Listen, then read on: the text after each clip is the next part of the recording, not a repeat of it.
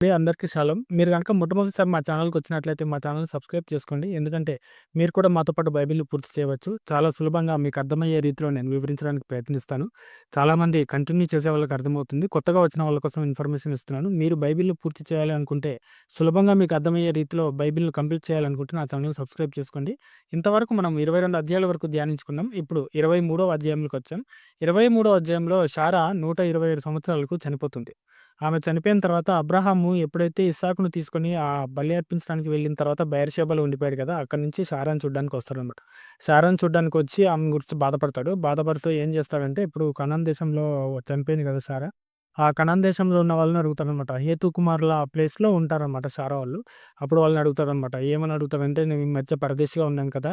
నా భార్య చనిపోయింది. మరి ఇప్పుడు ఈ చనిపోయిన భార్యను నేనేం చేయాలి? మరి మీరు ఎక్కడో దగ్గర మంచి ప్లేస్ ఇస్తే నేను మా భార్యను తీసుకెళ్ళి పాతిపెట్టుకుంటానంటే వాళ్ళు హేతుకుమారులు అంటారు, "అయ్యా! నువ్వు మామూలు మనిషివి కాదు. నువ్వు ఒక పెద్ద మహారాజువు. దేవుడు నిన్ను గొప్పగా దీవించాడు. నీకు మా దగ్గరున్న శ్మశాన భూముల్లో ఏది బెస్ట్ అయితే అది తీసుకో. నీకు అడ్డం చెప్పేవాడు ఎవ్వడు లేడిక్కడ" అని చెప్పేసి వాళ్ళంటారన్నమాట.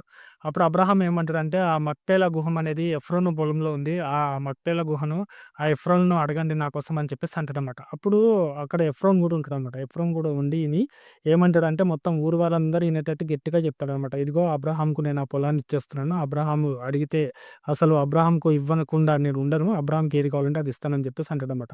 అబ్రాహాం కూడా సంతోషించి, "సరే దాని వెల ఎంతో చెప్పు, దాని డబ్బులెంతో చెప్పు నేను ఇచ్చేస్తాను" అని చెప్పేసి అంటాడనమాట. అప్పుడు ఎఫ్రోన్ అంటాడు, "అది ఎంత వెల అయితది అది?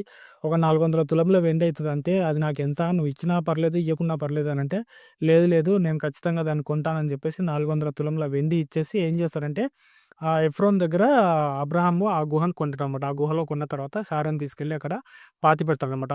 దాంతో మనకు 23 అధ్యాయం పూర్తయింది. నెక్స్ట్ మళ్ళీ మనం 24 అధ్యాయంలోకొద్దాం. ఇది చాలా చిన్నగా ఉంది. అంటే దీంట్లో వివరించడానికి పెద్దగా ఏమనిపించలేదు. ఒక మంచి స్టోరీలాగా ఉంది కాబట్టి సింపుల్‌గా పూర్తయిపోయింది. చెప్పాను గదా! మీరు ఒకవేళ మొట్టమొదటిసారి మా ఛానెల్‌కొచ్చినట్లయితే దయచేసి బైబిల్‌ని పూర్తి చేయాలి ఒక సులభమైన రీతిలో మనకు అర్థమయ్యే రీతిలో అనుకుంటే మా ఛానెల్‌ని సబ్స్క్రైబ్ చేసుకోండి. మీకేమైనా సందేహాలుంటే కామెంట్ చేసి చెప్పండి. ఎవరికైనా ఉపయోగపడుతుందనుకుంటే వాళ్ళకి షేర్ చేయండి. ఒక మంచి లైక్ చేసుకోండి.